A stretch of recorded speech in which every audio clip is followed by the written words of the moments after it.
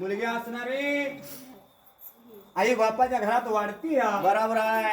पण ज्यावेळी लहानाची थोर होती त्यावेळी हा देणं हे दुसऱ्याच असते. बरोबर आहे. मग काय म्हणलं मुलगा चिकटून बसतोय पैशाला, मुलगा चिकटून बसतोय पैशाला, लेके वाणी माया राही रे कुणाला, काय बरं लेकीच्या गुणाला, लेके वाणी माया राही रे कुणाला.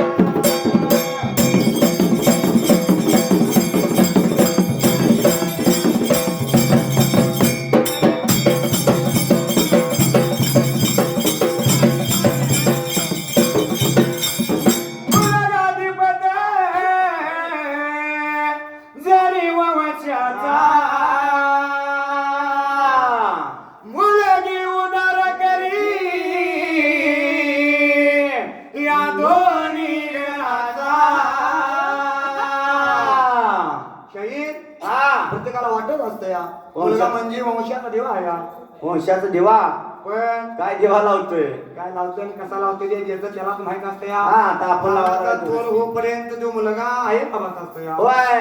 एकदा का दोन हाताचं 4 हात झालं म्हणलं की लग्नाच्या आधी कुठनं जर बाहेर ना आला तर पहिल्यांदा विचारतोय आई कुठं आहे? आई कुठं आहे, आई कुठं आहे? हा. आणि लग्न झालं आणि बायको घरात आली म्हणले की ती कुठं आहे. ती कुठं आहे. पण प्रत्येक गोष्टीला ती कुठं आहे हा अशी पद्धत असते या. बरोबर आहे. जोपर्यंत लग्न नाही तोपर्यंत आई बाप. हा लग्न झालं म्हणे की आई बाबा कोणाची निश्चित म्हणे माझी गुणाची कोणाची होती म्हणून खरे का खोटे विचारा म्हणाला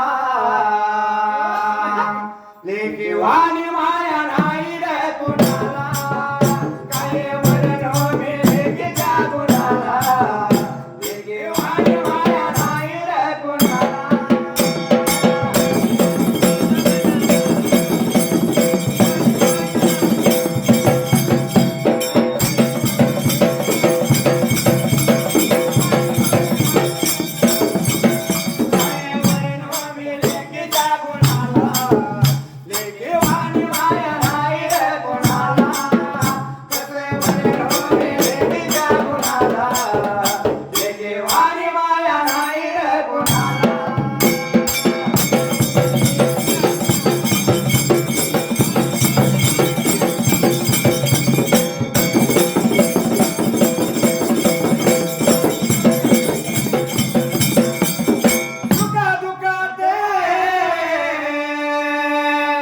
धावून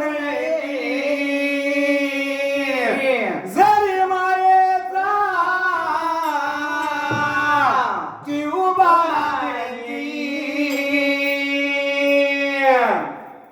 मुलगी म्हणजे दोन घरचं देणं आहे. बरोबर आहे.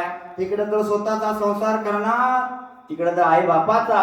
आई बापाची काळजी वाटणार. हा घरातच मुलगा असणार जर आई बाबा हातूनात लोळत असली तर त्याच्याकडे बघणार नाही. मगाशी सांगितले कोण आपण. सुद्धा बघणार नाही. हा बायकोनं सांगितलं जा म्हणला तर जायचं नाही तर मग मेली तरी काय हरकत हरकत नाही.